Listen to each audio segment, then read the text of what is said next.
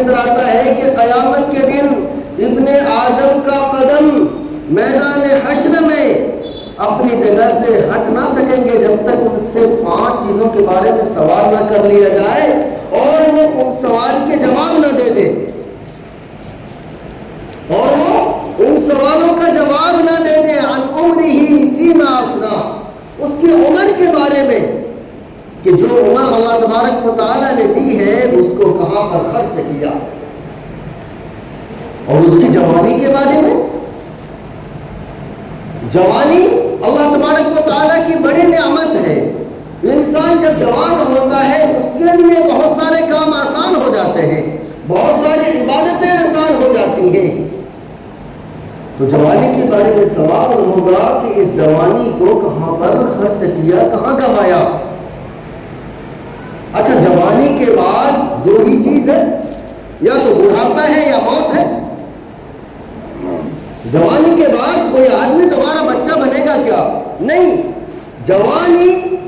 جوانی پر جب انسان جوانی کی دہلیز پر قدم رکھتا ہے تو اس کو ہم یہی سمجھنا چاہیے آج ایک بال سفید ہوں گے، کل دوسرے ہوں گے، پرسوں تیسرے ہوں گے۔ جوانی کے بعد یا تو بڑھاپا آئے گا یا تو انسان کی موت آئے گی۔ عزیز دوستوں اور بزرگوں اور دینی بھائیوں،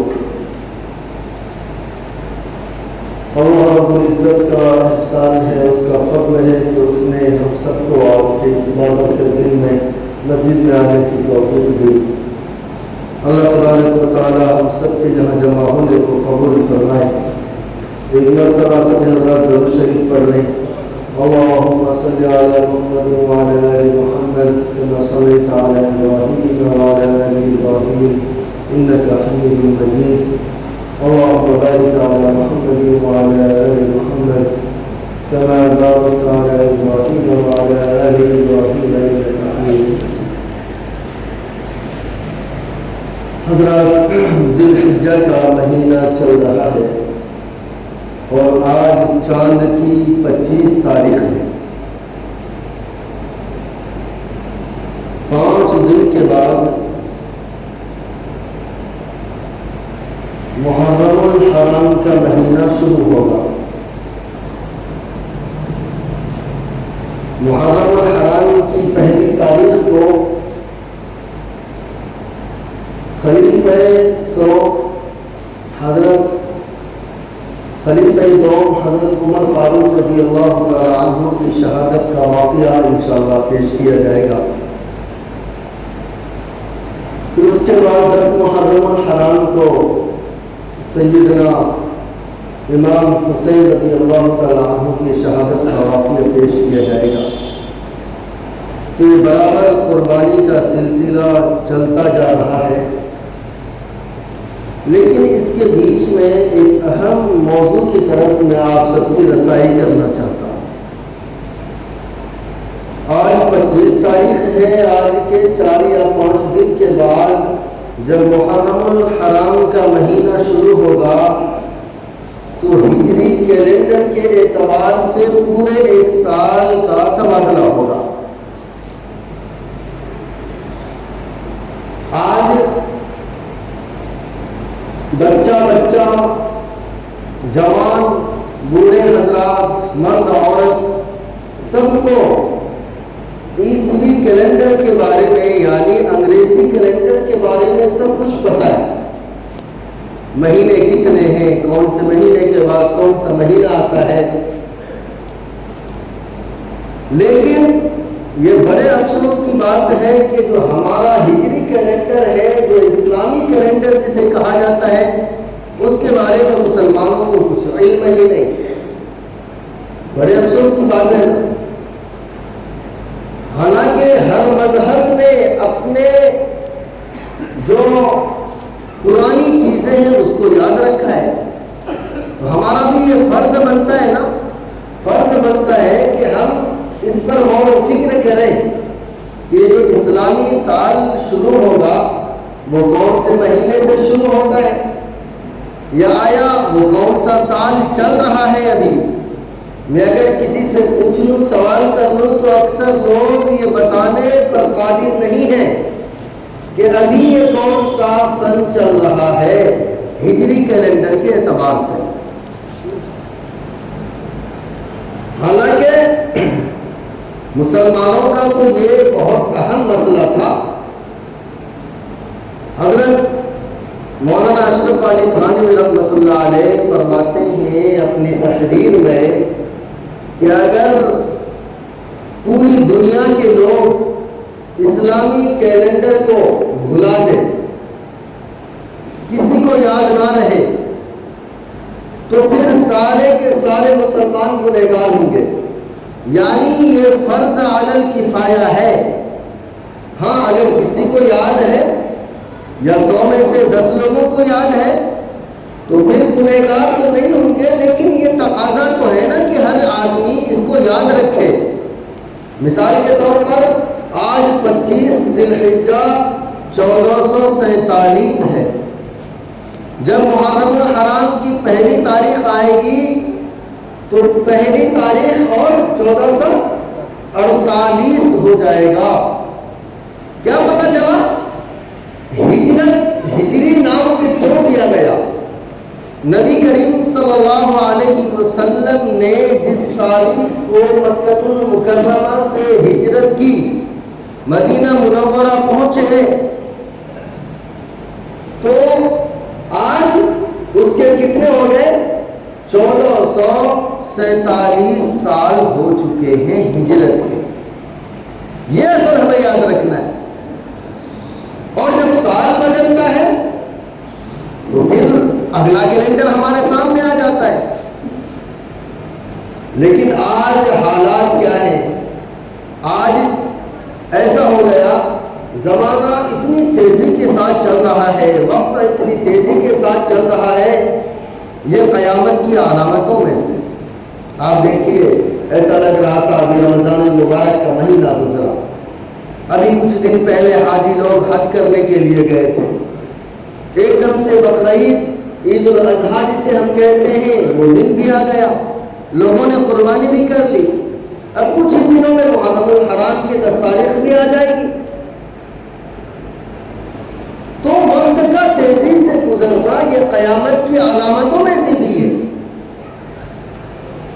تو سب سے پہلے ہم اس کو سمجھیں، اللہ کے نبی صلی اللہ علیہ وسلم نے قرآن کریم میں فرمایا وَالْعَصْرِ إِنَّ الْإِنسَانَ لَفِي خُسْرٍ، کہ تمام انسان خسارے میں ہیں۔ اللہ تبارک و تعالیٰ نے زمانے کی قسم کھائی ہے، مگر کون لوگ کامیاب ہیں؟ إِلَّا الَّذِينَ آمَنُوا وَعَمِلُوا الصَّالِحَاتِ وَتَوَاصَوْا بِالْحَقِّ وَتَوَاصَوْا بِالصَّبْرِ۔ دوسری جگہ اللہ تبارک و تعالیٰ مہینوں کی تفصیل میں فرماتے ہیں إِنَّ عِدَّةَ الشُّهُورِ عِندَ اللَّهِ 12 شَهْرًا فِي كِتَابِ اللَّهِ۔ اللہ تبارک و تعالیٰ کے نزدیک مہینوں کی جو تعداد ہے وہ 12 ہے، اور یہ مہینے حضور صلی اللہ علیہ وسلم سے بھی پہلے، حضرت ابراہیم علیہ السلام کے زمانے سے بھی پہلے یہ چلتا آ رہا ہے برابر۔ بس سن کی ترتیب حضور صلی اللہ علیہ وسلم کے رحلت فرما جانے کے بعد حضرت عمر فاروق رضی اللہ تعالی عنہ کا جب دور آیا، اس وقت اس کی ترتیب بنائی گئی، اور سال، یہ مہینے، یہ دن، یہ گھنٹے، یہ منٹ، یہ سارے کے سارے وقت سے جڑے ہوئے ہیں، وقت سے جڑے ہوئے ہیں۔ ایک سال بدلا، دوسرا بدلا، انسان اپنی زندگی میں آگے بڑھتا چلا جاتا ہے۔ اسی لیے حدیث پاک کے اندر آتا ہے کہ قیامت کے دن ابن آدم کا قدم میدان حشر میں اپنی جگہ سے ہٹ نہ سکیں گے جب تک ان سے 5 چیزوں کے بارے میں سوال نہ کر لیا جائے اور وہ ان سوال کے جواب نہ دے دے، اور وہ ان سوالوں کا جواب نہ دے دے عن عمرہ فیما افنا، اس کی عمر کے بارے میں، کہ جو عمر اللہ تبارک و تعالیٰ نے دی ہے اس کو کہاں پر خرچ کیا، اور اس کی جوانی کے بارے میں۔ جوانی اللہ تبارک و تعالیٰ کی بڑی نعمت ہے۔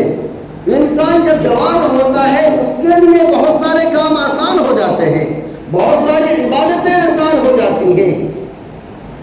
تو جوانی کے بارے میں سوال ہوگا کہ اس جوانی کو کہاں پر خرچ کیا، کہاں گوایا۔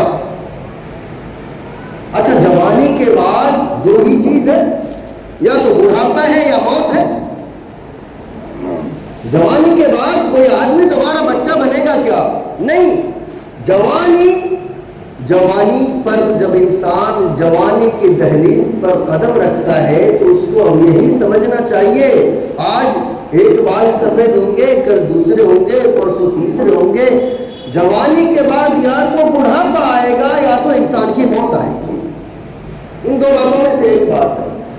تو اللہ تبارک و تعالیٰ اس جوانی کے بارے میں بھی آپ سے سوال کریں گے، ہم سے سوال کریں گے کہ اس کو کہاں پر خرچ کیا، مال کو کہاں کمایا اور کہاں پر خرچ کیا، آیا جائز طریقے سے کمایا یا ناجائز طریقے سے۔ مال کا کمانا الگ ہے، اس کے بارے میں الگ سوال ہوگا، جائز طریقے سے کمایا تھا یا ناجائز طریقے سے کمایا تھا۔ اس کے بعد اس مال کو خرچ کرنے میں کون سا طریقہ اختیار کیا تھا، آیا عیاشی میں تو ان مالوں کو برباد نہیں کر دیا تھا، یا اللہ کے راستے میں کچھ خیرات بھی کی تھی، یا ان مالوں کو ایسے ہی کسی پر لٹا دیا تھا، یا جو مال اللہ تبارک و تعالیٰ نے ہمیں اور آپ کو دی ہے ان مالوں کو کسی ایسے جگہ پر ختم کر دیا جہاں پر صرف اور صرف گناہ ہمارے مقدر میں لکھے گئے۔ اللہ تبارک و تعالیٰ مال کے بارے میں ہم سے اور آپ سے دو سوال کرے گا۔ آج انسان کو سوچنا چاہیے، کمائی کے جو طریقے ہیں اس پر غور و فکر کرنی چاہیے کہ مال کس حساب سے ہمارے پاس آتا ہے اور کس حساب سے اس پر خرچ کر رہے ہیں۔ اور پانچواں سوال علم کے بارے میں، اپنے علم کے مطابق کیا عمل کیا، اپنے علم کے مطابق کیا عمل کیا۔ انسان یہ نہ سوچے کہ یہ سوال صرف کسی عالم سے ہوگا، کسی حافظ سے ہوگا، علم والے تو وہی ہو گئے۔ نہیں، یہ غلط سوچ ہے۔ اگر آپ کے دماغ میں، آپ کے کان میں کبھی یہ بات پہنچی ہے کہ نماز پڑھنا فرض ہے، آپ اس کے عالم بن گئے کہ نماز پڑھنا فرض ہے۔ اب اگر آپ نماز چھوڑیں گے اللہ تبارک و تعالیٰ اس بارے میں پوچھے گا کہ تم جانتے تھے کہ نماز پڑھنا فرض ہے پھر بھی اس کو چھوڑا، یہ علم کے تحت بات آئے گی۔ سودی کاروبار کرنا حرام ہے، یہ آپ جانتے ہیں، آپ اس کے جاننے والے ہوئے، جاننے والے کو عالم کہا جاتا ہے۔ زناکاری کرنا، شراب پینا، غیبت کرنا، گالی دینا، یہ سارے کام آج کل مسلمانوں کو معلوم ہے کہ کیا جائز ہے اور کیا ناجائز ہے۔ پھر بھی اگر کوئی انسان ان کاموں کو کرتا ہے تو وہ یہ نہ سوچے کہ ہم سے سوال نہیں ہوگا، سوال آپ سے بھی ہوگا۔ اسی طریقے سے اللہ کے نبی صلی اللہ علیہ وسلم نے کسی کو نصیحت کرتے ہوئے کچھ باتیں بتلائی کہ 5 چیزوں کو غنیمت سمجھو 5 چیزوں سے پہلے، 5 کو غنیمت سمجھو 5 سے پہلے۔ کیا مطلب؟ آج صحت ہے، اس کو غنیمت سمجھو بیماری سے پہلے۔ آج صحت ہے، بہت کچھ کر سکتے ہیں، کل کو بیماری آئے گی، لاچار ہو جائیں گے، بستر پر پڑ جائیں گے، دل چاہے گا کہ فلاں کام کر لو، فلاں نیکی کر لو، فلاں عبادت کر لو، آپ کر نہیں سکتے۔ اللہ کے نبی صلی اللہ علیہ وسلم نے اسی لیے فرمایا کہ غنیمت ہے کہ آج صحت ہے، غنیمت ہے کہ آج ہاتھ پیر چل رہے ہیں، غنیمت ہے کہ آنکھ کی روشنی محفوظ ہے، غنیمت ہے کہ ہم کانوں سے سن رہے ہیں، غنیمت ہے کہ آج زبان سے اللہ کا ذکر کر سکتے ہیں، تو کر لیجیے۔ اسی طریقے سے مالداری کو غنیمت سمجھو تنگ دستی سے پہلے۔ آج مال ہے، کل کو ایسا ہو سکتا ہے ضائع ہو جائے۔ بڑے بڑے کروڑ پتی ایک دن میں روڈ پٹی بن جاتے ہیں، اللہ کی پکڑ آتی ہے تو انسان بچ نہیں سکتا۔ ترکی میں زلزلہ آیا، جو ہاتھ دینے والا تھا نا، دینے والا برابر صدقے دیا کرتا تھا، خیرات کیا کرتا تھا، لوگوں کی مدد کیا کرتا تھا، وہ ہاتھ نیچے آ گئے۔ ایک دم سے اللہ نے پلٹ دیا، دینے والے ہاتھ کو لینے والا ہاتھ بنا دیا۔ آج آپ کو اللہ نے اس قابل بنایا کہ کوئی آپ کے دروازے پر کھڑا ہے کچھ مانگنے کے لیے، ایسا نہ ہو. اللہ سے دعا کرتے رہو کہ وہ پلٹ نہ دے کہ آپ کبھی یا کسی کے دروازے پر کھڑے. یہ سب اللہ کی نعمت ہے. ان نعمتوں میں سے ایک نعمت کیا ہے؟ وقت. اس کی قدر کرنا. جس نے وقت کو پہچان لیا، وقت کی قدر کر لی، چاہے وہ دنیاوی اعتبار سے ہو چاہے وہ دینی اعتبار سے ہو، کامیاب وہی ہوتا ہے.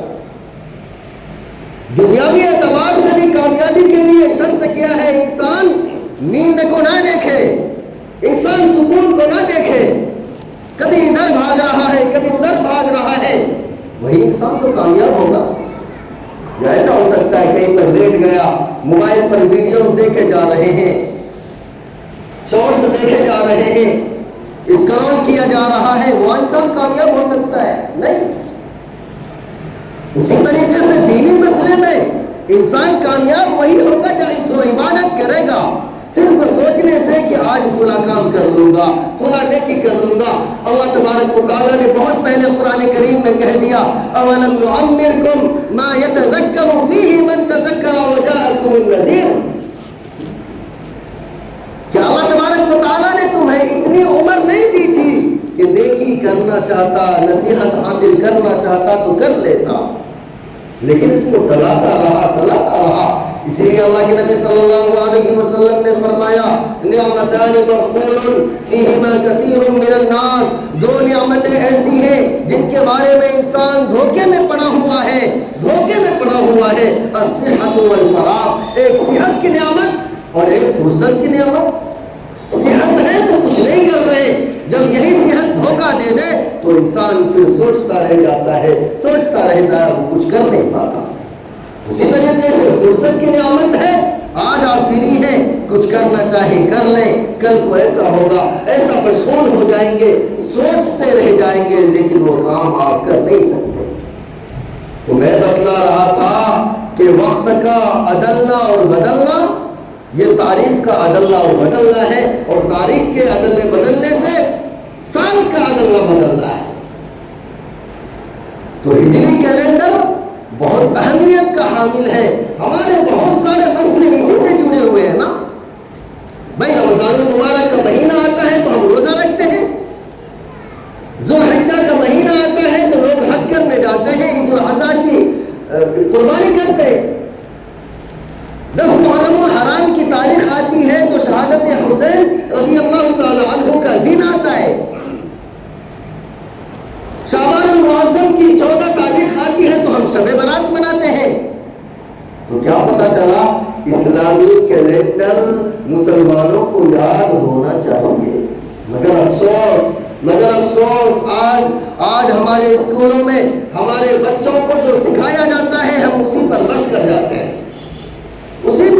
جاتے ہیں. کبھی توفیق نہیں ہوتی کہ اپنے بچوں کے سامنے اس بات کو بھی واضح کریں کہ بیٹا ایک کیلنڈر تو وہ ہے جسے عیسوی کیلنڈر کہا جاتا ہے، لیکن ایک کیلنڈر اسلامی کیلنڈر بھی ہے. ان مہینوں کو بھی یاد رکھنا ہماری ذمہ داری ہے. اکثر لوگوں سے پوچھا جائے تو مہینے یاد نہیں.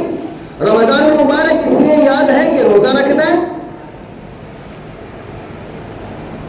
اسی طریقے سے شعبان کسی کو یاد ہوتا ہے کیوں؟ شب برات آتی ہے. ذوالحجہ کسی کو یاد آتا ہے کیوں؟ بقرعید آتی ہے. بھائی اس کے علاوہ اور بھی تو مہینے ہیں، ان کو بھی یاد رکھنا ہماری ذمہ داری ہے. بہرکیف یہ ہجری کیلنڈر کی ابتدا وہاں سے ہوتی ہے کہ ایک مرتبہ حضرت عمر فاروق رضی اللہ تعالیٰ عنہ کے پاس ایک تحریر آتی ہے. اس میں شعبان کا مہینہ لکھا ہوا ہوتا ہے. حضرت عمر فاروق رضی اللہ تعالیٰ عنہ پوچھتے ہیں کہ اس شعبان سے مراد یہ شعبان ہے یا گزشتہ شعبان ہے یا اس سے پہلے والا شعبان ہے؟ پتہ نہیں چلتا. ایک روایت میں ہے کہ حضرت ابو موسیٰ اشعری رضی اللہ تعالیٰ عنہ نے حضرت عمر فاروق رضی اللہ عنہ کو ایک تحریر لکھی کہ امیر المؤمنین آپ جب کوئی فرمان جاری کرتے ہیں تو اس پر تاریخ لکھ دیا کریں، اور تاریخ لکھنے سے پتہ نہیں چلتا تو اس کی کوئی ایسی ترکیب نکالی جائے. حضرت عمر فاروق رضی اللہ تعالیٰ عنہ نے صحابہ کرام رضوان اللہ علیہم اجمعین کو بلایا، مشورہ کے لیے بٹھایا. کسی نے رائے دی کہ جس وقت آپ صلی اللہ علیہ وسلم پیدا ہوئے اس تاریخ سے اسلامی سال کا آغاز ہو۔ کسی نے کہا کہ نہیں، جس وقت آپ صلی اللہ علیہ وسلم اس دنیا سے رحلت فرما گئے اس وقت سے آغاز ہو۔ کسی نے کہا کہ نہیں، جس وقت آپ نبی بنائے گئے اس وقت سے آغاز ہو۔ کسی نے کہا کہ نہیں، ہجرت سے اس کی ابتدا کی جائے۔ تو حضرت عمر فاروق رضی اللہ تعالیٰ عنہ کو یہ جو رائے دینے والے تھے یہ رائے پسند آئی کہ ہاں، ہجرت ہی وہ دن ہے اور وہ مرتبہ ہے کہ جہاں سے اسلام کی بلندی شروع ہوتا ہے۔ 13 سال نبی کریم صلی اللہ علیہ وسلم مکے میں رہے، اسلام کو وہ بلندی نہیں ملی۔ جب ہجرت کر کے آپ صلی اللہ علیہ وسلم مدینہ پہنچے تو ایک ایک بادشاہوں کو خطوط لکھنا شروع کیا۔